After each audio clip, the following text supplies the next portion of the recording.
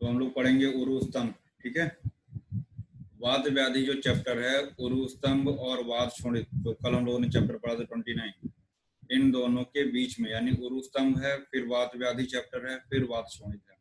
तो कल हम लोगों ने वात शोणित वाला चैप्टर पढ़ा। आज हम लोग उरु स्तंभ की बात करते हैं, ठीक है ना। देन इसके बाद हम लोग आएंगे वात व्याधि पर। तो ऊपर लिखा हुआ है, चरक ने वात रक्त को मेदावृत वात और आढ़्यवात कहा, जो हम लोगों ने कल पढ़ा। और सुश्रुत ने क्या कहा कि उरु स्तंभ को आढ़्यवात कहा है। बस यही डिफरेंस है थोड़ा सा। चरक के अनुसार जो है वात रक्त आढ़्यवात है और सुश्रुत के अनुसार उरु स्तंभ आढ़्यवात है। ठीक है, ये थोड़ा सा कंफ्यूज मत होइएगा। दोनों आचार्यों के अनुसार आढ़्यवात अलग अलग है। चरक के अनुसार आढ़्यवात जो हम लोगों ने कल पढ़ा था इसके पहले वाले लेक्चर में, वात रक्त है, और सुश्रुत के अनुसार आढ़्यवात उरु स्तंभ को कहा गया है। चरक सूत्र 19 में आया है उरु स्तंभ के लिए, आम प्लस त्रिदोष समुत्थ व्याधि है ये। यानी कि उरु स्तंभ जो होता है आम एवं वात पित्त कफ, इन तीनों की वजह से होता है। यानी आम का भी इन्वॉल्वमेंट है और त्रिदोष का भी इन्वॉल्वमेंट है। वाग्भट ने वात रक्त को हमने कल पढ़ा था आढ़्य रोग, हालांकि ज्यादा उसके बारे में नहीं कंफ्यूजन हो जाएगा। फिर आपको सिर्फ इतना याद रखना है कि आढ़्यवात सुश्रुत के अनुसार उरु स्तंभ है और चरक के अनुसार वात रक्त है। और चरक सूत्र 19 की अगर बात करते हैं तो उरु स्तंभ जो है आम और त्रिदोष समुत्थ व्याधि है।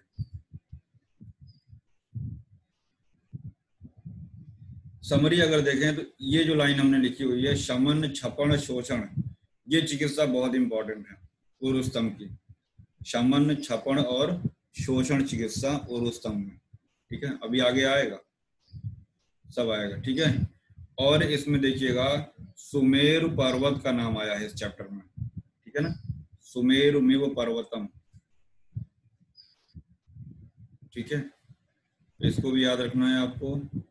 सुमेरु के समान अहीनम चंद्र सूर्याभ्याम सुमेरुमिव पर्वतम, श्रेष्ठ ब्रह्म संबंधी शिव और उत्तम तपस्या की शोभा से युक्त चंद्रमा और सूर्य के प्रकाश से युक्त सुमेरु पर्वत की तरह। किसके लिए बात कर रहे हैं? अग्निवेश के लिए, मतलब अपने गुरु के लिए सारा का सारा ये उपमा दे रहे हैं। ठीक है ना, तो याद रखिएगा इसको।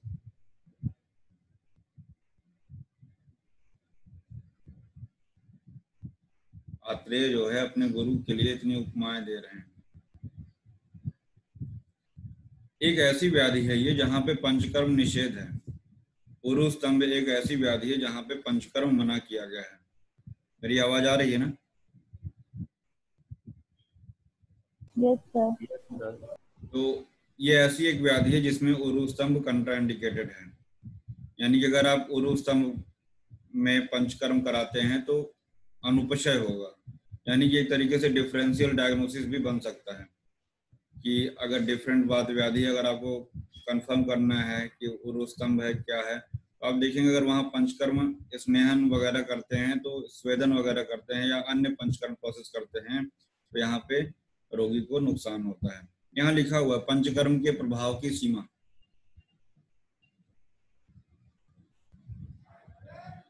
हे भगवान, सभी प्रकार के रोगों की चिकित्सा में पंचकर्मों का निर्देश आपने कहा है। क्या दोष से उत्पन्न ऐसा भी रोग है जो चिकित्सा साध्य हो पर जिस रोग को शांत करने में पंचकर्म समर्थ न हो? मतलब उन्होंने डायरेक्टली पूछा आत्रेय ने गुरु जी से अपने, क्या कोई ऐसी भी व्याधि है जिसमें पंचकर्म के बिना भी चिकित्सा हो सकती है? क्या ऐसा कोई रोग है जिसमें पंचकर्म लाभ नहीं करता है? तब यहाँ पे बात आगे बढ़ेगी। देखिए यहाँ पे क्या लिखा हुआ है, उरु स्तंभ चिकित्सा 27, यानी जो हम लोग पढ़ रहे हैं यहाँ पे उरु स्तंभ को आम और कफ प्रधान बताया। ठीक है, आम और कफ। और अभी हमने आपको पीछे सूत्र स्थान का बताया, वहां क्या है? आम प्लस त्रिदोष समुत्थ। तो याद रखिएगा चिकित्सा 27 में केवल आम और कफ बताया है और सूत्र स्थान में आम एवं त्रिदोष समुत्थ बताया है चरक में। और सुश्रुत में उरु स्तंभ में वायु की प्रधानता बताई है, वायु की प्रधानता। बात करते हैं निदान की, वही सब बातें होंगी वात वाली, भोजन आहार विहार, है ना। देखिए थोड़ा सा पढ़ते हैं। ये अविधेय पर स्पंदम जनेत अल्प विक्रमम, मोस्ट इंपॉर्टेंट है ये उरु स्तंभ का। ये लाइन बहुत अच्छी तरीके से याद कर लीजिएगा, हिट लाइन है इसकी। अविधेय परिस्पंदम जनेत अल्प विक्रमम। ऐसा होता है कि हमारा ही पैर मेरा नहीं है, मतलब आप अपने पैर को मूव नहीं कर सकते हैं, है ना। हमारा ही पैर हमारा नहीं है। तो वैसे अविधेय परिस्पंदम जनेद अल्प विक्रमम, अभी उस पे आते हैं, फिलहाल स्टार्टिंग देखते हैं। जो व्यक्ति भोजन के पच जाने पर अथवा नहीं पच जाने पर भी स्निग्ध गुरु उष्ण शीत आहार द्रव्यों का सेवन करते हैं, ठीक है। और साथ ही साथ देखिएगा, विकृत मद्य का सेवन कर रहे हैं, दिवाशयन है, रात में जागरण है, लंघन है, अध्यशन है, आयास यानी बहुत अधिक परिश्रम करते हैं, स्नेह का अधिक सेवन करते हैं। ठीक है, दोनों चीजें हैं। एक तरफ वात को एग्रीवेट करने वाले कारण भी हैं, भाई जब स्नेह सेवन कर रहा है तो वात को कम करना चाहिए ना भाई। रुक्षता वाले रुक्षवर्धक आहार विहार का सेवन कर रहा है तो साथ ही साथ स्नेह का भी तो अधिक सेवन कर रहा है। तो यहाँ पे आपने देखा कि आम प्लस कफ, आम प्लस कफ यहाँ पे बताया है इस चैप्टर में, और सूत्र स्थान में आम प्लस त्रिदोष बताया है, यानी कहीं न कहीं वात का इन्वॉल्वमेंट भी है। अगर स्नेह का अधिक प्रयोग करेगा तो कफ बढ़ेगा, स्नेह का प्रयोग अधिक करने से वात तो कम करेगा ही करेगा, लेकिन वहां पे क्या होगा, एक सेकेंड,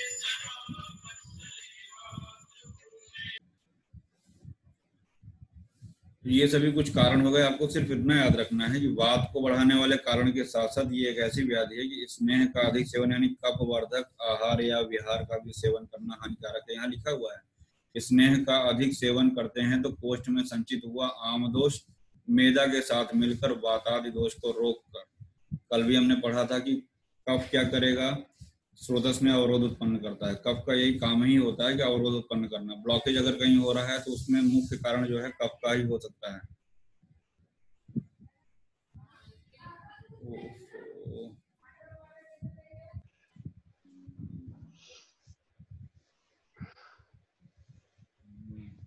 स्नेह का अधिक सेवन करने से आम बढ़ेगा, मेद बढ़ेगा और साथ ही साथ स्रोतस में अवरोध होगा।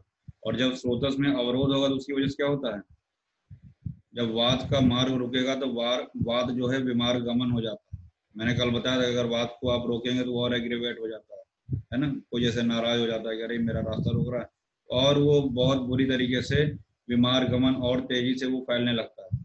मेदा के बल से बढ़े हुए वातादि दोष शक्ति जंघा उरु प्रदेश का पूर्ण करते हुए इस पूरे शक्ति जंघा उरु को अविधेय परिस्पंद बना देता है, अर्थात रोगी अपने पैरों को इच्छा अनुसार इधर उधर नहीं कर सकता है।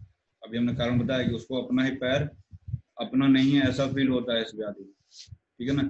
जब वात का रास्ता रुकेगा, अवरोध उत्पन्न होगा तो वो पूरे शक्ति यानी कि ये जो थाई रीजन होता है उसमें पूरा फैल जाएगा, है ना। जंघा उरु प्रदेश का पूर्ण करते हुए मतलब यहाँ फैलेगा और सख्त जंघा और उरु को अविधेय परिस्पंद बना देता है और रोगी अपने पैरों को अपनी इच्छा अनुसार मूव नहीं करा सकता है। तो इसको जो है उरु स्तंभ कहा गया है। तो वातवर्धक आहार विहार देख लीजिएगा थोड़ा सा, और कफ को बढ़ाने के लिए क्या है, स्नेह का अधिक सेवन है। स्नेह का अधिक सेवन करने से स्रोतस अवरोध हुआ। अगर इसको आपको लिखना हो, एक फ्लो चार्ट बनाना हो तो बना लीजिए, वातवर्धक आहार विहार का सेवन, न पूरा लिखिए तो केवल वातवर्धक आहार विहार का सेवन, एरो बनाइएगा, वात वृद्धि, वात वृद्धि, उसी के पैरेलल में एक बनाइएगा स्नेह का अधिक सेवन, नीचे नहीं पैरेलल में साइड में स्नेह का अधिक सेवन, एरो बनाइएगा। कोष्ठ में फिर एरो बनाइएगा, कोष्ठ में संचित हुआ आम दोष, कोष्ठ में संचित हुआ आम दोष,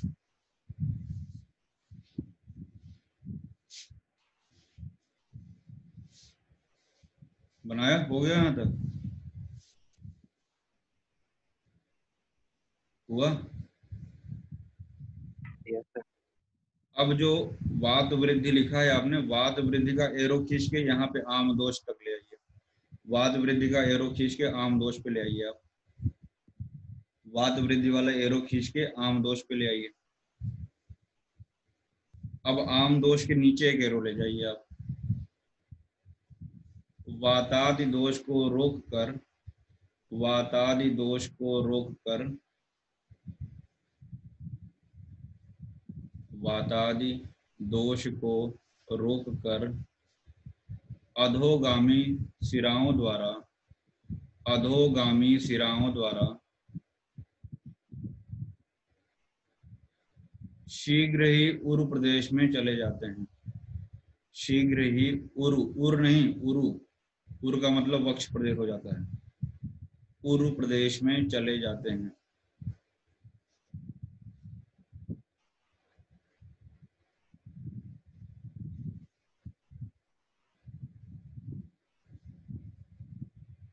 ठीक है, फिर एरो बनाइएगा नीचे। शक्ति जंघा एवं उरु को अविधेय परिस्पंद बना देता है। शक्ति, शक्ति नहीं शक्ति, थर्मस वाला था। शक्ति जंघा उरु को अविधेय परिस्पंद, जैसे लिखा हुआ आपके सामने स्क्रीन पे, अविधेय परिस्पंद बना देता है।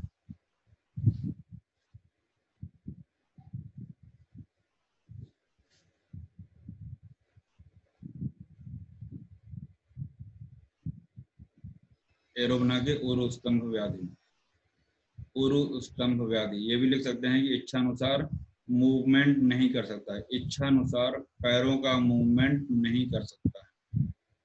रोगी अपनी इच्छानुसार पैरों का मूवमेंट नहीं कर सकता। हेलो सर, एक बार और बोलिए, सुनाई नहीं दे रहा है, आवाज कट आ रही है। अच्छा, हम ये बता रहे हैं कि देखो, हम फिर से रिपीट कर रहे हैं। वाद दो पैरेलल चलेगा। पैरेलल दो मतलब चलेगा, पहले तो अपने आपको ये बताया कि कैसे वाद बढ़ा, फिर इधर कैसे कफ बढ़ेगा। तो इधर लेफ्ट साइड में आपने लिखा कि वात वर्धक आहार विहार का सेवन, एरो बनाया, वात की वृद्धि। उसके पैरेलल में हमने लिखाया आपको स्नेह का अधिक सेवन, एरो बनाइए, आम दोष एवं कफ की वृद्धि। ठीक है ना। फिर जो वात वृद्धि वाला एरो खींच के आम दोष और कफ की वृद्धि पे ले आएंगे।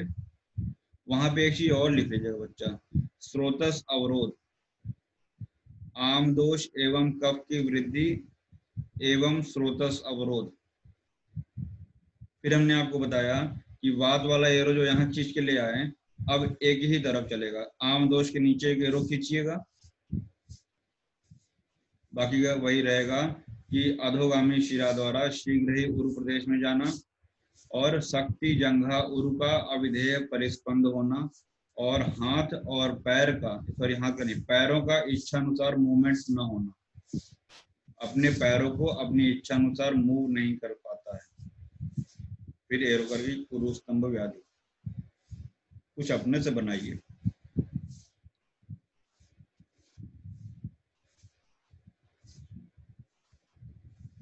जिस प्रकार जल से भरे हुए गहरे बहुत बड़े तालाब में जल स्थिमित रहता है, ठीक उसी प्रकार उरु प्रदेश में गया हुआ कफ स्थिर और क्षोभ रहित होता है।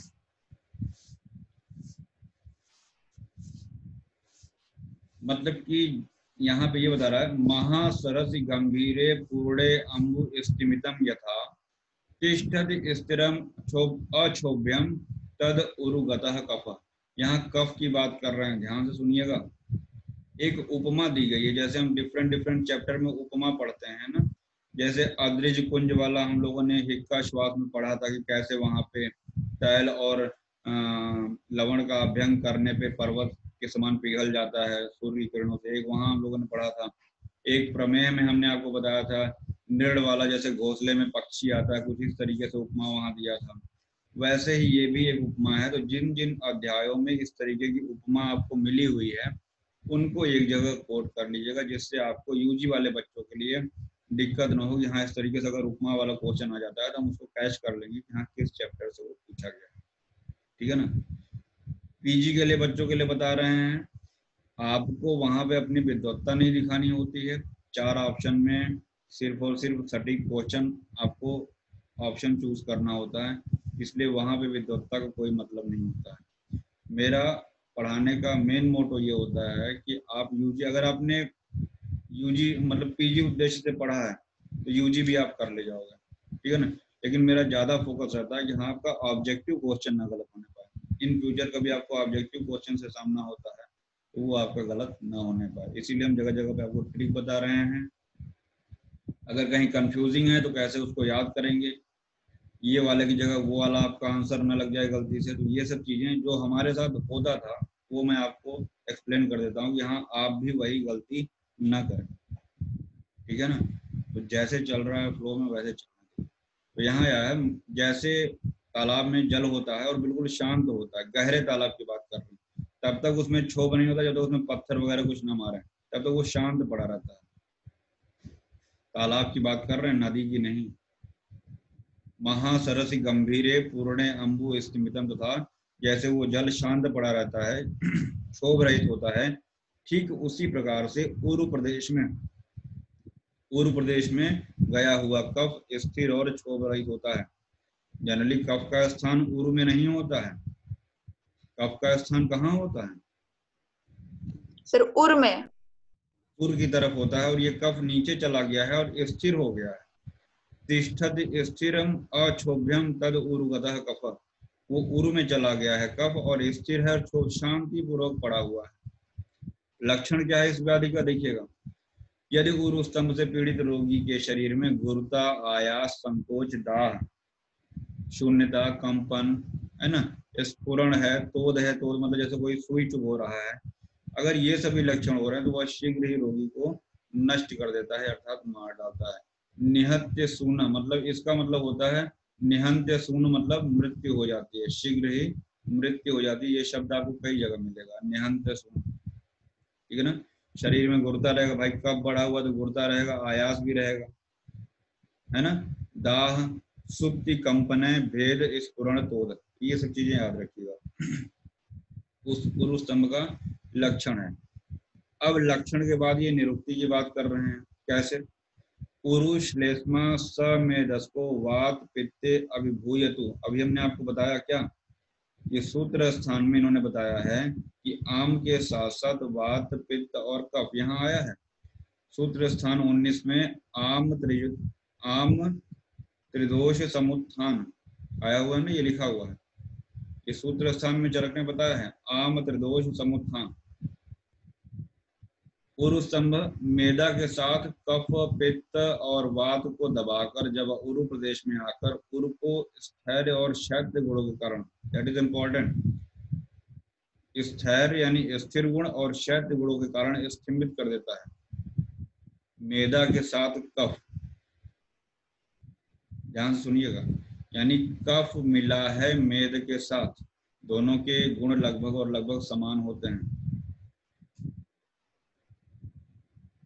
कफ ने दोस्ती की है मेद के साथ में और उसने वात और पित्त को सप्रेस कर दिया है, दबा दिया है, और ये कफ जो है मेदा के साथ उरु प्रदेश में गया है, ठीक है ना। ध्यान से सुनिएगा, क्यों हमने आपको बताया कि ये यहाँ पे इस चैप्टर में इन्होंने आम और कफ बताया, थोड़ा थोड़ा यहाँ से आ रहा, वात और पित्त को दबा दिया है मेद और कफ ने, और उरु प्रदेश में गया है और स्तंभित कर दे रहा है।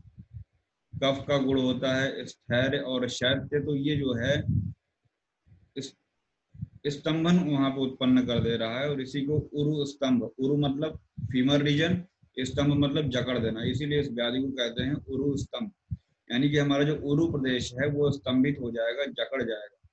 वही अभी हमने कहा ना, अविधेय परिस्पंदन, अपना ही पैर वो मूव नहीं कर पाता है, जाने अल्प विक्रम, वो लाइन बहुत इंपॉर्टेंट है, मतलब वो अपना ही पैर मूव नहीं कर पाता है। मेदा के साथ कफ, वात और पित्त को दबा, मेदा के साथ कफ को चाहे एक ब्रैकेट में कर ले, मेदा के साथ कफ ये एक हो गया, अब ये मेदा के साथ जो कफ इन्वॉल्व हुआ है, इन्वॉल्वमेंट मेदा और कफ का, ये वात और पित्त को दबाएगा और पूर्व प्रदेश में स्तंभन उत्पन्न करेगा स्थैर्य और शैत्य गुण के कारण, ठीक है। ये एक बार पूछा गया है, स्तंभो शीत व चेतनो, ये भी याद रखिएगा, ये उरु स्तंभ का लक्षण है वाग्भट के अनुसार। ठीक है, स्तंभ शब्द आया जिसको आप कैच आउट कर लेंगे। ठीक है, और सुश्रुत ने उरु स्तंभ को आढ़्यवाद कहा है। देखिए यहाँ पे श्लोक में आया हुआ है ये, अभी हमने स्टार्टिंग में बताया कि चरक ने आढ़्यवाद वाद शोणित कहा है और सुश्रुत ने आढ़्यवाद उरु स्तंभ को कहा है, ये भी याद रखिएगा। उरु स्तंभ में स्नेहन और पंचकर्म निषेध, कहीं भी ऐसा नहीं आया है कि स्वेदन भी नहीं करेंगे। मतलब अभी तक मुझे कहीं ऐसा नहीं दिखा कि स्वेदन भी नहीं करेंगे, तो मुझे ऐसा लगता है कि स्वेदन कर सकते हैं, क्योंकि शीत का भी शमन करेगा। भाई कफ की वजह से स्तंभन हुआ है, अगर आप स्वेदन करते हैं तो कहीं ना कहीं कफ का शमन करेगा और वात का भी वो शमन करेगा। इसीलिए पंचकर्म मना किया गया है, स्नेहन भी मना किया, क्योंकि स्नेहन तो निदान में ही था ना, तो निदान परिवर्जन तो करेंगे ही करेंगे। तो हमने लिखा ऊपर उरु स्तंभ में स्नेहन एवं पंचकर्म का निषेध है। सुश्रुत में एक शब्द आया है पंचकर्म गुणातीत, जिसको भी याद रखिएगा, ये भी बहुत पूछा जाता है। अब ये क्या होता है इसका मतलब, जब कुछ सुश्रुत का पढ़ाएंगे तो वहां हम एक्सप्लेन करेंगे। पंचकर्म गुणातीत शब्द जो आया है कुष्ठ के लिए आया है, कुष्ठ में आया है, और उरु स्तंभ में पंचकर्म का निषेध आया है। हमने ये शमन, छपन और शोषण ये अभी स्टार्टिंग में भी बताया। उरु स्तंभ की चिकित्सा सिद्धांत है ये। पूर्व रूप की बात करें तो नींद बहुत आती है भाई, सब स्तंभन स्तंभन कफ ही तो बढ़ा हुआ, जब कफ बढ़ेगा तो नींद तो आएगा ही। ठीक है ना। ध्यान, ध्यान का मतलब क्या होता है, क्या समझेंगे? बहुत शांत दिमाग से कहीं एक चित्त होकर बैठा रहेगा, कुछ सोचता रहेगा, कहीं ध्यान में डूबा रहेगा। कुछ इस तरीके से आप उसको अनुमान लगाइए कि जब कफ बढ़ेगा तो व्यक्ति एक जगह स्थिर रहेगा और बिल्कुल हिलेगा डुलेगा नहीं, बिल्कुल शांत मन से कुछ सोचता रहेगा। कभी कभी आपने लोगों को ऐसा देखा हो, है ना, बिल्कुल कहीं खोए खोए से जैसे रहते हैं, किसी ध्यान में एकदम डूबे से रहते हैं। निद्रा अधिक स्थैमित्य, है ना, स्थैमित्य हमने इसके पहले भी उदर रोग वगैरह में आपको बताया है। अरुचि, ज्वर, रोमहर्ष, छर्दी, जंघा, उरु सदन, ये उरु स्तंभ के पूर्व रूप हैं। तो ध्यान, निद्रा, स्थिमित, निद्रा अति है, अति निद्रा याद रखिएगा, अरोचक, ज्वर, ये सभी जो है इसके पूर्व रूप के रूप में मिलते हैं। फिर देखिएगा स्नेह कर्म के दोष, अगर आपने उरु स्तंभ में लापरवाही से, अगर वैद्य जी को पता नहीं चला कि उरु स्तंभ है, इसमें स्नेहन नहीं करना है, तो देखिए क्या हो जाएगा, पाद सदन, पाद सुक्ति और कठिनता से पैर उठ सकना, यानी कि पैर अपना उठा नहीं पाएगा। पाद सदन मतलब सब कुछ एकदम जकड़ जाएगा, यूं समझिए आप, अगर आपने स्नेहन करा दिया उरु स्तंभ वाले रोगी को। और आगे बात करते हैं, उरु स्तंभ रोग से पीड़ित रोगियों में अधिक रूप में जंघा और उरु प्रदेश में शिथिलता का अनुभव होता है, निरंतर पैर में दाह होता है, शीत स्पर्श न वेत्ति च, पैर को भूमि पर रखे तो अधिक वेदना होती है। पैर में यदि शीतल वस्तुओं का संयोग हो जाए तो रोगी को उसका ज्ञान नहीं होता, मतलब अगर आप बर्फ से उसको टच करेंगे तो उसको स्पर्श का ज्ञान नहीं होता है, ये बहुत इंपॉर्टेंट चीज है। शीत स्पर्श यानी कि अगर ठंडी चीज से स्पर्श करेंगे, न वेत्ति च, उसको ज्ञान नहीं होता है। अगर आप उसको बर्फ से टच करेंगे तो उसको पता नहीं चलेगा। ठीक है ना। तो निरंतर पैर में दाह होता है, ये भी याद रखिएगा, दाह वेदना, दाह होगा और वेदना। फिर इसके बाद थोड़ा सा आगे चलते हैं, खड़े होने पर पैर को हाथ से दबाने में, पैर को इधर उधर हिलाने में, चलने फिरने में रोगी असमर्थ हो जाता है। ठीक है ना। अन्य ने यो ही संभग्न उरु पादो च मनते, मेरा पैर अब दूसरे का पैर हो गया, है ना। मतलब एक फिल्म आई थी अजय देवगन की, हमारा दिल आपके पास है, ऐसा किसी जमाने में हम छोटे थे तो वही से हमको याद रहता है कि हमारा पैर अब आपके पास है ना, मेरा पैर अब दूसरे का पैर हो गया, हमारा पैर अब आपके पास है। ऐसा ही कुछ पर की यावी, वही एक बार किसी एग्जाम में पूछा है, पर की यावी, वो वाग्भट ने बताया उरु स्तंभ का लक्षण। ठीक है, तो ये अन्य, अन्य मतलब हमारा पैर किसी अन्य का पैर हो गया है, ये उरु स्तंभ का हुआ। अभी पीछे भी हमने बताया था कि अपना पैर मूव नहीं कर पाता है। और ये देखिए परकियावी गुरु, माधव में भी आया है, वाग्भट में भी आया है। ठीक है ना, ये पूछा जा चुका है एक बार पीजी एंट्रेंस में, इसको भी याद रखिएगा। परकियावी और ये बीएचयू में पूछा गया था, स्तब्धो शीतव चेतनो, ठीक है ना, स्तब्धो शीतव चेतनो, ये भी उरुस्तंभ का ही है, ये अष्टांग हृदय में आया है और बीएचयू में पूछा जा चुका है। तो परकीयाविव स्तब्धो शीतव चेतनो, ओरिजिनल कंटेंट ही के पूछेगा। और अभी जो हमने आपको बताया है क्या, ये वाला अन्य अन्य हुई और शीत स्पर्शम न वेत्ति च, ये सभी चीजें आप याद रखिए। आपसे अपेक्षा नहीं की जाती है आप पूरा का पूरा चैप्टर का श्लोक रट डालोगे, बट जो इम्पोर्टेंट चीजें हैं उसको आप जरूर पढ़िए। यदा दाह अति तोद अर्धो वेपना पुरुषो भवेत, जब उरुस्तंभ रोग से पीड़ित व्यक्ति के पैर में दाह, बेचैनी और तोद यानी सुई चुभने की तरह पीड़ा हो और शरीर में कंपन हो जाए तो रोगी को वह उरुस्तंभ रोग मार डालता है। मतलब असाध्य की बात कर रहे हैं, है ना। यह लक्षण न हो और रोग नूतन हो तब चिकित्सा करनी चाहिए, यानी कि तब साध्यता, यानी इस लाइन में इन्होंने साध्यता और असाध्यता की बात कर दी। यानी दाह, तोद और कंपन अगर हो रहा है तो असाध्य है, ठीक है ना। और अगर नया है और ये सारे लक्षण नहीं है तो वो साध्य होगा। फिर बात करते हैं चिकित्सा की बात, ध्यान से देखिएगा। अभी हमने क्यों बताया कि उरुस्तंभ में स्नेहन और पंचकर्म नहीं करते हैं। इस श्लोक में जो है स्वेदन नहीं आया है। तस्य न स्नेहनम कार्यम न बस्तिर न विरेचनम, मतलब न तो स्नेहन करेंगे, न बस्ती करेंगे, न विरेचन करेंगे, न वमन करेंगे, ठीक है ना। यस्माद निबोधत कारणम, जिन कारणों से उरुस्तंभ रोग से पीड़ित व्यक्तियों में स्नेह कर्म नहीं किया जाता है, न बस्ती कर्म, न विरेचन, न वमन कर्म, उसका कारण मैं बता रहा हूँ। मतलब कि अभी तक तो ये कह रहे थे, आत्रेय ने गुरुजी से अपने यही पूछा ना अग्निवेश से कि हे गुरुजी ऐसी भी कोई व्याधि है जिसमें पंचकर्म नहीं कराते हैं, तो उन्होंने इतना दुनियादारी बता डाली उरुस्तंभ के बारे में। अब आगे ये बताएंगे क्यों नहीं कराते, ठीक है। और देखिए नीचे एक चीज और आया है, कुंभकार पवन न्याय। एक बार ये भी किसी पीजी एंट्रेंस में पूछा था, हमको माधव निदान में देखने का सौभाग्य भी मुझे नहीं मिला। तो कुंभकार पवन न्याय जो है ये उरुस्तंभ से ही संबंधित है, याद रखिएगा। कुंभकार कुम्हार को बोलते हैं, कुंभकार पवन न्याय। कभी मैंने ओपन करके देखा नहीं क्या होता है, अदरवाइज हम इसको एक्सप्लेन करते हैं आपको। फिलहाल इसको आप रट लीजिए कि कुंभकार पवन न्याय माधव निदान में आया है, ठीक है। हमने स्वेदन लिख के टिक किया है, यानी कि स्वेदन मना नहीं किया गया, तो आवश्यकता पड़ने पे शायद स्वेदन किया जा सकता है, क्योंकि श्लोक में स्नेहन, बस्ती, वमन, विरेचन ये सब मना किया गया है। यहाँ तक क्लियर हुआ? क्लियर है? आगे बढ़ें।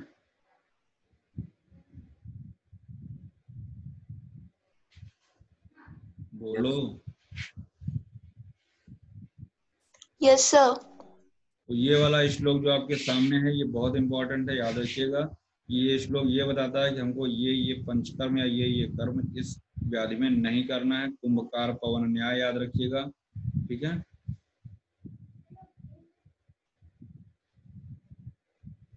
पीलू आठों कुष्ठों को सैंधवादी तैल से ठीक करते हैं।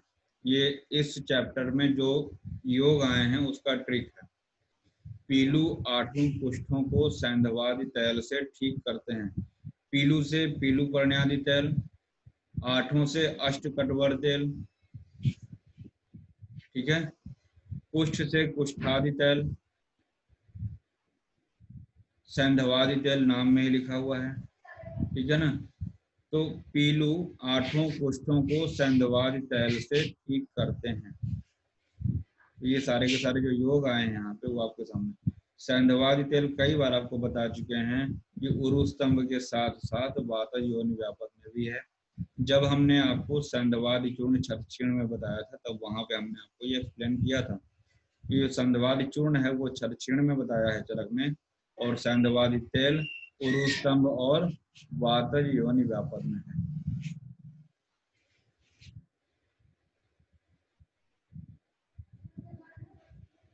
फिर यहाँ बताया जा रहा है कि पंचकर्म बहुत इंपॉर्टेंट है, ध्यान दीजिएगा और समझ लीजिएगा। जैसे हम बताते हैं ना कि ऊर्ध्व रक्तपित्त, अधो रक्तपित्त और उभय रक्तपित्त क्यों साध्य है या फिर असाध्य है।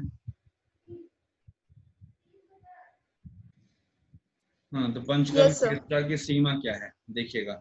कफ स्थान में गए हुए कफ और पित्त का वमन द्वारा सुखपूर्वक निराकरण हो जाता है।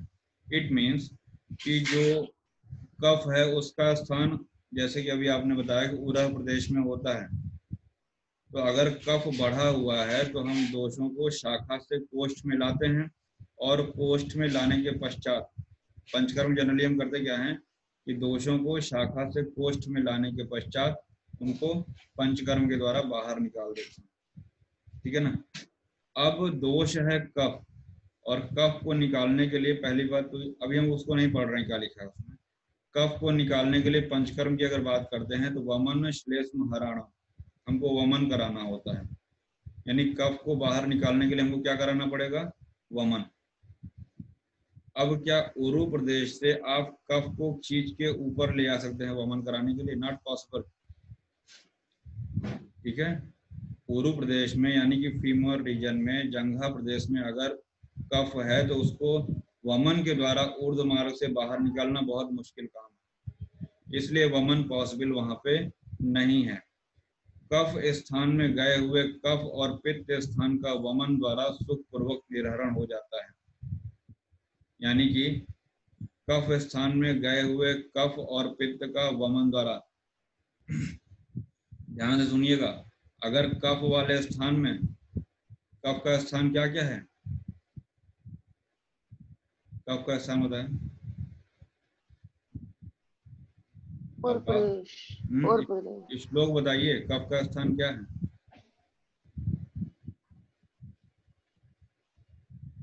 स्वेदो रसो लसिका रुधिर आमाशय, तो पित्त का हो गया, कफ का क्या है, बस्ति पुरीषाधानम कटि शक्ति पादा वस्तिनी तत्रापि पक्वाशय, वात का हो गया, तो कफ का क्या हुआ, संधि बंध क्षमा दवी से करके श्लोक है। तो कफ स्थान में याद करो भाई साहब, कफ स्थान में गया हुआ कफ भी है और कफ के साथ अगर पित्त भी है तो हम पित्त का भी वमन द्वारा उसको बाहर निकाल सकते हैं। आमाशय में रहने वाले पित्त और कफ, इन दोनों का विरेचन द्वारा सुखपूर्वक निर्वहन करते हैं। इट मीन्स कि अगर कफ के स्थान पे पित्त भी आ गया तो उसको भी हम वमन के द्वारा निकाल सकते हैं, और पित्त के स्थान यानी आमाशय में अगर कफ भी आ गया, यानी पित्त के घर में अगर कफ भी आ गया है तो भी उसको हम विरेचन के द्वारा, इट मीन्स कि कफ के घर में अगर पित्त आ गया है तो वमन के द्वारा बाहर निकाल सकते हैं दोनों को, ठीक है। और पित्त के स्थान में अगर कफ आ गया तो उसको दोनों को विरेचन के द्वारा बाहर निकाल सकते हैं। पक्वाशय में रहने वाले वात, पित्त और कफ तीनों दोषों के मूल का नाश हो जाता है बस्ती के द्वारा।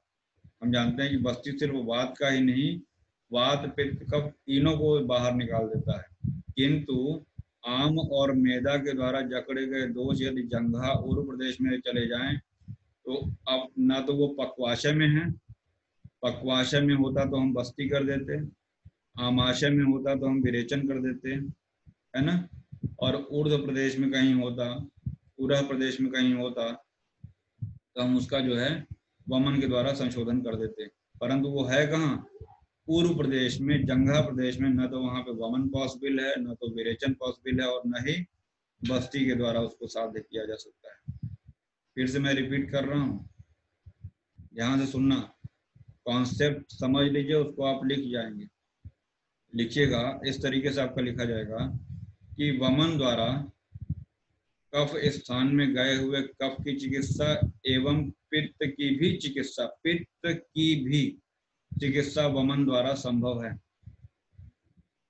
दूसरा पॉइंट लिखेंगे, पित्त के स्थान आमाशय में रहने वाले पित्त के साथ साथ कफ की भी चिकित्सा विरेचन द्वारा संभव है, तथा पक्वाशय में रहने वाले तीनों दोषों की चिकित्सा बस्ती के द्वारा संभव है, परंतु आम और मैदा के द्वारा जकड़े गए दोष, एक तो दोष उरु प्रदेश में है, ऊपर से मैदा और आम ने जकड़ लिया है, मतलब रास्ता बंद कर दिया है, तो ऊपर आएगा भी कैसे आएगा, तो वहां पे आपको देना है, ये लिखना होगा कि जंघा और उरु प्रदेश में रहने वाले वातादि दोष तब जबकि आम और मैदा द्वारा जकड़ लिए गए हों, उसमें न तो वमन, न ही विरेचन एवं न ही बस्ती के द्वारा लाभ पहुंचाया जा सकता है। ये आपका आंसर होगा पूरा का पूरा। ठीक है, याद रखिएगा। चरक के अनुसार कफ उर में होता है और पित्त जो होता है आमाशय में होता है। ठीक है ना, ये स्थान जो बताया गया उसके आधार पर हमने बताया है। आगे देखिएगा, जंघा और उर्वगत दोष सुप्रो वमन विरेचन आदि पंचकर्मों द्वारा नहीं निकाले जा सकते हैं। लिखा हुआ है जंघा और उरु प्रदेश वात का स्थान होते हैं। बस्ती पुरीषादानम कटि शक्ति निपादावस्थिनी तत्रा विपक्वाशय वैसे करके पढ़ते हैं। इस रोग में यह वात का स्थान शीतल रहता है। इस रोग में यानी उरु स्तंभ में जो वात का स्थान है, जो जंघा शक्ति ये सब जो प्रदेश हैं वो शीतल रहते हैं। आम की वजह से, कफ की वजह से कैसे हो जाते हैं? शीतल हो जाते हैं। जंघा और उरु प्रदेश में जो दोष प्रविष्ट होते हैं वे जकड़ जाते हैं, यानी स्तंभन हो जाता है उनका। जंघा और उर्वगत दोष को सुपुरो वमन और विरेचन द्वारा नहीं निकाल सकते हैं, यानी पंचकर्म के द्वारा नहीं निकाल सकते हैं। जिस प्रकार, दैट इज इम्पोर्टेंट, जिस प्रकार अत्यंत गहरे नीचे के भाग में रहने वाला जल सुखपूर्वक नहीं निकाला जा सकता। ध्यान से देखिएगा, 24 नंबर नीचे, न शक्या सुखम उद्धर्तुम जलम निमग्नादिव स्थलात्। जैसे बहुत गहरे स्थान में गया हुआ जल इजीली नहीं निकाला जा सकता है, वैसे ही बता रहे हैं कि दोष उरु प्रदेश में अगर गया है तो यानी बहुत गहराई में चला गया है। अगर एक बॉडी का ऊपर से नीचे अगर हम बात देखें तो उरु प्रदेश यानी कि हमारे शरीर का अधोभाग हो गया है, यानी कि जो दोष हैं वो अधोभाग में चले गए हैं और स्तंभित हो गए हैं, जकड़ दिए गए हैं, इसीलिए उनको पंचकर्म के द्वारा बाहर नहीं कर सकते हैं। क्लियर हुआ? इस चैप्टर में अभी तक सबसे इंपॉर्टेंट यही था कि उरु स्तंभ में पंचकर्म से लाभ क्यों नहीं मिलता है। ठीक, मुख्य कारण यही है कि दोष उरु प्रदेश में चले गए हैं। उरु प्रदेश में भी जाकर शैत्यता की वजह से स्तंभन कर दिए हैं। अगर ऊर्ध्व प्रदेश में होता है ना तो वमन के द्वारा बाहर निकाल देते, पक्वाशय में होता तो बस्ती के द्वारा बाहर निकाल देते, आमाशय में होता तो विरेचन के द्वारा बाहर निकाल देते। लेकिन है कहाँ पे? क्वेश्चन ये उठता है कि जब वात की चिकित्सा बस्ती होती है तो वात का स्थान तो वही बस्ती, शक्ति, पाद, अवस्थीन ये सब है, तो उरु स्तंभ भी तो वहीं पे गया है। तो जब वात को हम बस्ती के द्वारा निकाल सकते हैं तो इसको क्यों नहीं निकाल सकते हैं? क्या आंसर बताएंगे भाई? वात भी तो वहीं, क्या आंसर होगा? सर जो भी आप बोल रहे हैं सर कि जो आम और मैदा जो है सर वो स्तंभन कर दिया है, स्तंभन जकड़ दिया है उसको, वो आंसर ट्रैक ही नहीं है। हाँ, ट्रैक नहीं, उसका अवरोध, स्तंभन जकड़ दिया है। जब किसी चीज को जकड़ दिया गया है तो बस्ती का भी कोई लाभ नहीं है। ठीक है सर, जो सर झनझन करता है पैर सर, जो जिसको सर नॉर्मल भाषा में झुनझुनी बोलते हैं सर, वो स्तंभ भी है क्या? वो अलग चीज है, नंबनेस उसका। ऐसा कहीं शून्यता, पाद शून्यता शब्द आया है यहाँ पे? No sir. और एक चीज और, वो क्षणिक होता है, मैं आपको बता दूं, उसको तो इससे बिल्कुल कंपेयर ना करिए आप। वो क्षणिक होता है, जैसे ट्रेवल कर रहे हैं और कहीं पीछे बाइक वगैरह पे बैठे रहिए। पहले हालांकि बचपन में ऐसा होता था, अब तो मुझे नहीं लगता ऐसा होता, मुझे तो नहीं हुआ, छोटे पहले बहुत होता था। लेकिन अगर 2-3 बार पैर पटक दीजिए तो उसके बाद वो सही हो जाता है, तो उसको तो उसका कंपेयर नहीं कर सकते हैं।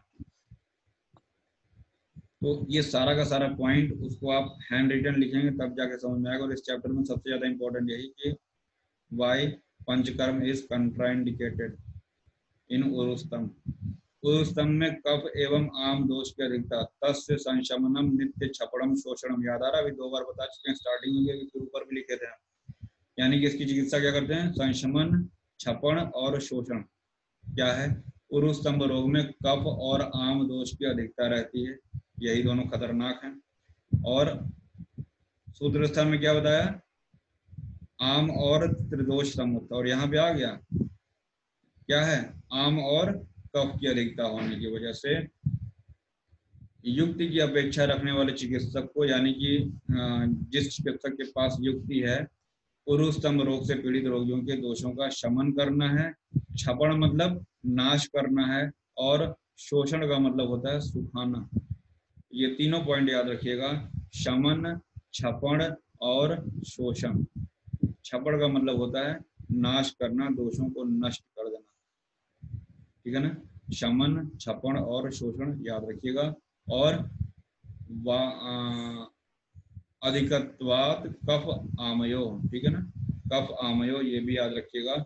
उरुस्तंभ में रुक्ष हितकर, उरुस्तंभ से पीड़ित रोगियों में शरीर में रुक्षता की वृद्धि हो, इसलिए सर्वदा जल और अल्प तैल से सिद्ध किया हो नमक रहित शाकों के साथ सामा कोदो आहार देना चाहिए। यानी कि जल और अल्प तैल से सिद्ध किया हुआ, अल्प तैल इज इम्पोर्टेंट। अल्प तैल, अगर ज्यादा तेल दे देंगे तो फिर वही स्नेहन और आम दोष बढ़ाएगा। अगर प्रयोग करना है तो अल्प मात्रा में। सदा रूक्षोपचार है, that is the most important. सदैव रूक्षोपचार करेंगे उरुस्तंभ में, ठीक है ना। सदा रूक्षोपचाराय यवक, शामक, कोद्रव इनका प्रयोग करेंगे। शाक का लवण और जल तैल उपसादित है, ठीक है ना। और तैल का प्रयोग अल्प मात्रा में करेंगे, याद रखिएगा। तो सदा रूक्षोपचार यानी कि उरुस्तंभ में रूक्ष हितकर है। श्लोक में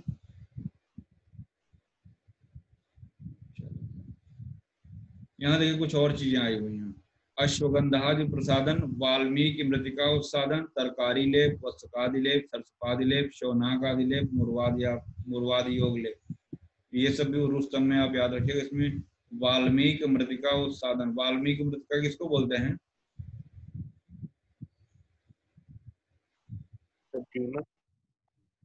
दीमक की बांबी होती है, उसका जो मिट्टी होता है उससे उत्सादन, ठीक है ना। वाल्मीकि मृतिका उत्सादन, अश्वगंधादि उत्सादन। देखिए यहाँ कुछ और चीजें दी है, क्वेश्चन आया हुआ है ये। उरुस्तंभ नाशक द्रव्य, क्षार अरिष्ट का प्रयोग, क्षार अरिष्ट और हरितकी का प्रयोग, मधु और जल के शरबत का प्रयोग, और पिप्पली, मतलब पिप्पली का प्रयोग उरुस्तंभ का नाश करता है। ये क्वेश्चन पूछा गया है, क्षार अरिष्ट हरितकी का प्रयोग, ठीक है ना। क्षार का प्रयोग करेंगे, अरिष्ट का प्रयोग करेंगे, हरड़ का प्रयोग करेंगे। हरड़ का प्रयोग हमने आपको अतिसार में भी बताया था। कहाँ पे बताया था अतिसार?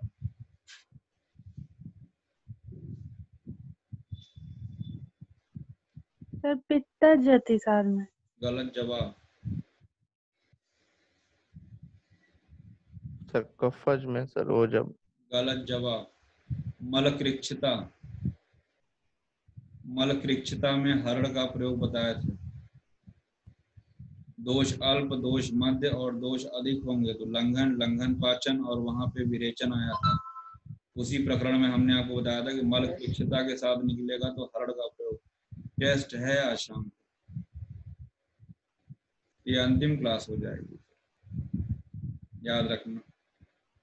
उरुस्तंभ के बाद हम भी स्तंभ कर देंगे, क्लास भी यहीं स्तंभ करेंगे।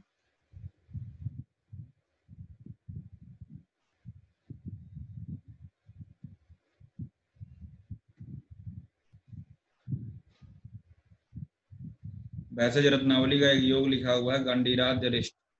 तो गंडीराद्य रिष्ट हम लोग पीछे शोध में पढ़ चुके हैं, यहीं चरक में ही। तो चरक ने गंडीराद्य रिष्ट जो है शोध में बताया है, और भैषज रत्नावली में गंडीराद्य रिष्ट उरुस्तंभ में आया है, और साथ ही साथ सुश्रुत ने वात रक्त में बताया है। तो गंडीराद्य रिष्ट एक ही योग विभिन्न आचार्यों ने अलग अलग रोग में बताया है। तो भैषज रत्नावली में गंडीराद्य रिष्ट उरुस्तंभ में, चरक शोध में, और सुश्रुत वात रक्त में। सुश्रुत में ही एक आया है स्नेह रहित षड धरण चूर्ण, षड धरण चूर्ण स्नेह रहित, ये आया हुआ है उरुस्तंभ में। और एक है षड धरण योग, ये भी सुश्रुत का ही आमाशयगत वात में, आमाशयगत वात में सप्तरात्रि इसका प्रयोग किया जाता है, षड धरण योग। इसका कंटेंट भी इंपॉर्टेंट है, जब सुश्रुत बताएंगे तब बताएंगे। तो षड धरण योग। गुंजा भद्र रस भी यहाँ प्रयोग करते हैं उरुस्तंभ में, याद रखिएगा। गुंजा भद्र रस बहुत इंपॉर्टेंट योग है उरुस्तंभ। मूर्वाद योग, वाग्भट ने इसको गर्विश की चिकित्सा में बताया है। मूर्वाद योग, स्वर्ण क्षीर्याद योग, ये सब मांस रस का प्रयोग। और वाद प्रकोप में स्नेह स्वेद संभव, रुक्ष क्रिया करने से निद्रानाश और बेचैनी के साथ साथ वायु कोप हो जाए। यहाँ पे चिकित्सा नहीं बता रहे हैं, सदा रुक्षोपचार है। अगर ज्यादा रुक्षता आप कर दिए हैं और शरीर में ज्यादा रुक्षता आ गई है, ऐसी कंडीशन में बात कर रहे हैं। अगर आपने रुक्ष उपचार किया और रुक्षता ज्यादा हो गई शरीर में, तब, हमेशा नहीं, तब वात रोगनाशक स्नेह और स्वेद का क्रम का प्रयोग करना चाहिए, मतलब अल्टरनेट, ठीक है ना, ये लिखा हुआ क्रम से, लगातार स्नेह का या लगातार स्वेद का नहीं, पहले स्नेहन फिर स्वेदन, अल्टरनेट यानी क्रम से प्रयोग करेंगे। कब? जब सदैव रुक्ष उपचार से रुक्षता आ जाएगी शरीर में।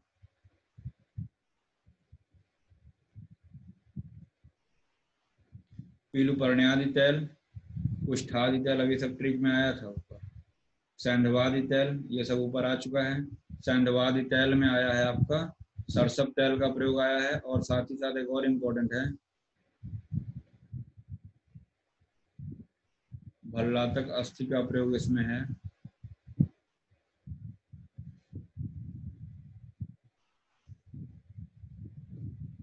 इस तैल के सेवन करने संतान की उत्पत्ति होती है, ठीक है ना, याद रखिएगा, संतान की भी उत्पत्ति होती है।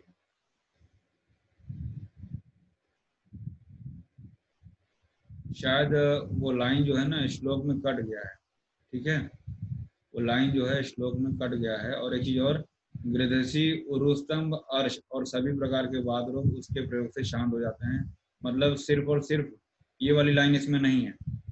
इस तैल का सेवन करने से संतान की उत्पत्ति होती है, और वात विकृति के कारण जो स्त्रियां बंध्या हो जाती हैं, वे इस तैल के सेवन से संतान की प्राप्ति हो जाती है, ठीक है ना। ये वाली लाइन श्लोक में गायब है, याद रखिएगा। और गृधसी, उरुस्तंभ, अर्श और सभी प्रकार के वात रोग, सिर्फ और सिर्फ सैंधवादि तेल वात योनि व्यापद ही नहीं, उरुस्तंभ ही नहीं, इन व्याधियों में गृधसी, अर्श और सभी प्रकार के वात रोगों में लाभकारी है। अष्टकटवर तेल, इसका कंटेंट बहुत इंपॉर्टेंट है, ठीक है ना। तैल प्रस्थम, इसमें एक प्रस्थ तैल का प्रयोग करते हैं, मतलब एक प्रस्थ तैल का प्रयोग है।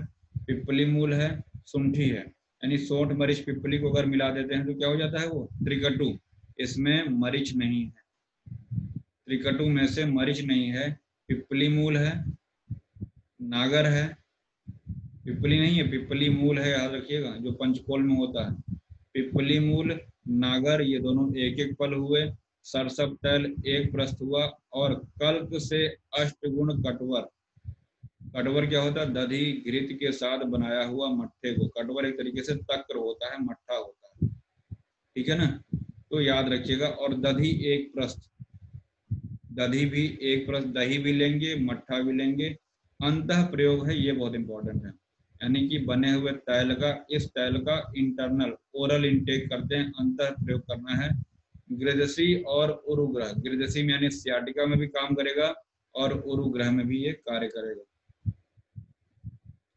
गुंजा भद्ररस अभी हमने ऊपर बताया कि इंपॉर्टेंट कंटेंट है, इसके कौन कौन से कंटेंट है वो इंपॉर्टेंट है। पारद भी इसमें पड़ा हुआ है 3 भाग, जयपाल, नीम बीज और जयंती है।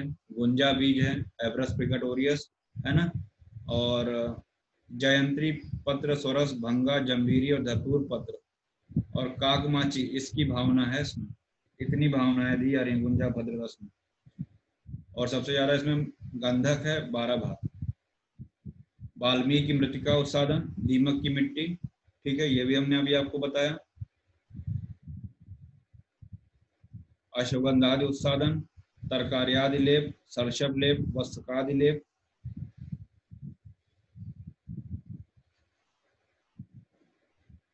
ये इंपॉर्टेंट है, ये भी कई बार पूछा जाता है। प्रतारेत प्रतिशोतो नदी शीत जलाम शिवाम, अभी आया था एक व्याधि हम लोगों ने पढ़ी थी कि स्विमिंग पूल में ज्यादा नहाने से वो व्याधि बढ़ जाती, कौन सी व्याधि थी?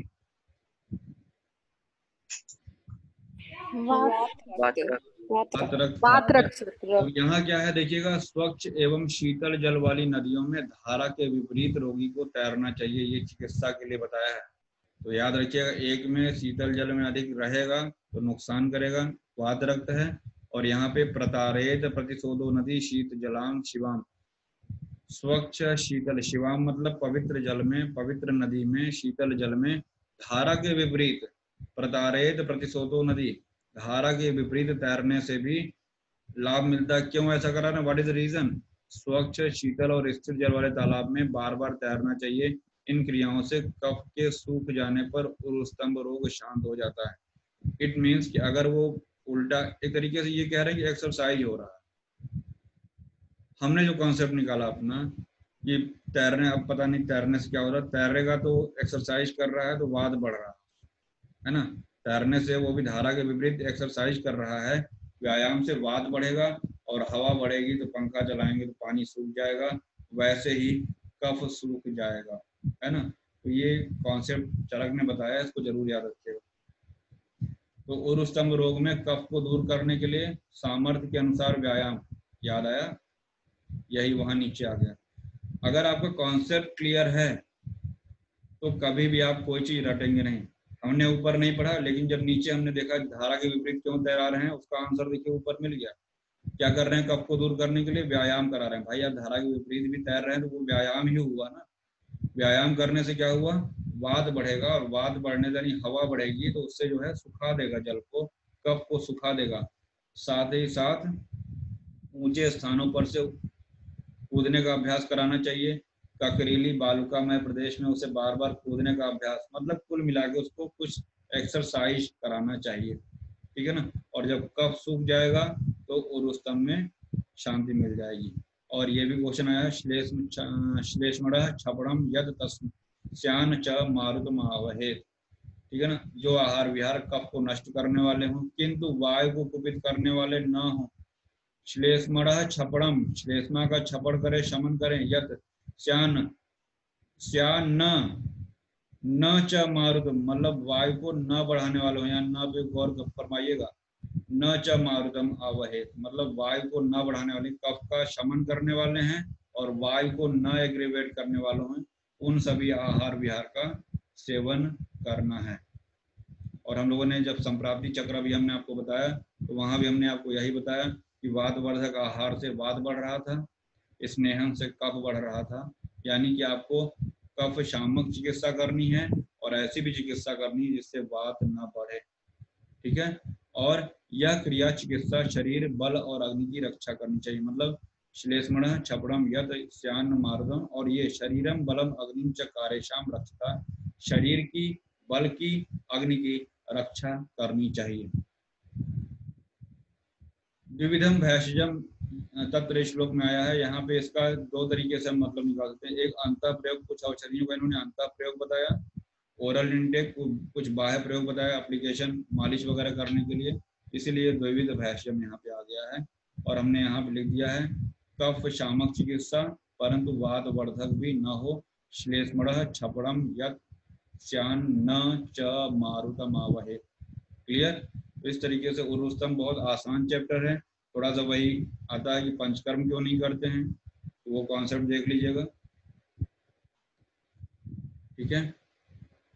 अगला चैप्टर होगा वात व्याधि, पहले टेस्ट लेंगे उसके बाद, ठीक है। वात व्याधि में टाइम लगेगा, 2-3 लेक्चर लगेगा उसमें, लंबा चैप्टर,